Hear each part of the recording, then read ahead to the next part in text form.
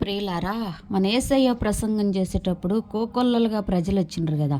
అయిపోయిన తర్వాత వాళ్ళని ఒట్టి కడుపున పంపించడానికి మన యేసయ్యకి ఇష్టం లేక, మీ దగ్గర తినటానికి ఏమన్నా ఉన్నాయా అని అడిగినప్పుడు ఒక చిన్నవాడు 5 యవలు రెట్టులు 2 చిన్న చేపలు తీసుకొని వెళ్ళినట్టుగా మనం చూస్తున్నాం. అవును ప్రియులారా, యేసయ్య చిన్న చేపలను ఆ 5 రొట్టెలను యేసయ్య కృతజ్ఞత స్థుతులు చెల్లిస్తే అవి ఎంతగానో ఆశీర్వదించబడ్డాయి. అంటే పురుషుల వరకు 5,000 మంది తిన్నాక కూడా ఇంకా చాలా ఉన్నాయి ప్రియులారా. అందరు తిని తృప్తి పడిన తర్వాత 12 గంపలు ఎత్తిండ్రు వాళ్ళు. అలాగనే ఈరోజు నమ్మకమైన వాళ్ళకి దీవెనలు మెండుగా కలుగుతాయని, ఈరోజు నువ్వు కూడా నమ్మకంగా ఉండు. నీకు దీవెనలు మెండైన దీవెనలు యేసయ్య ఆశీర్వదిస్తుడు.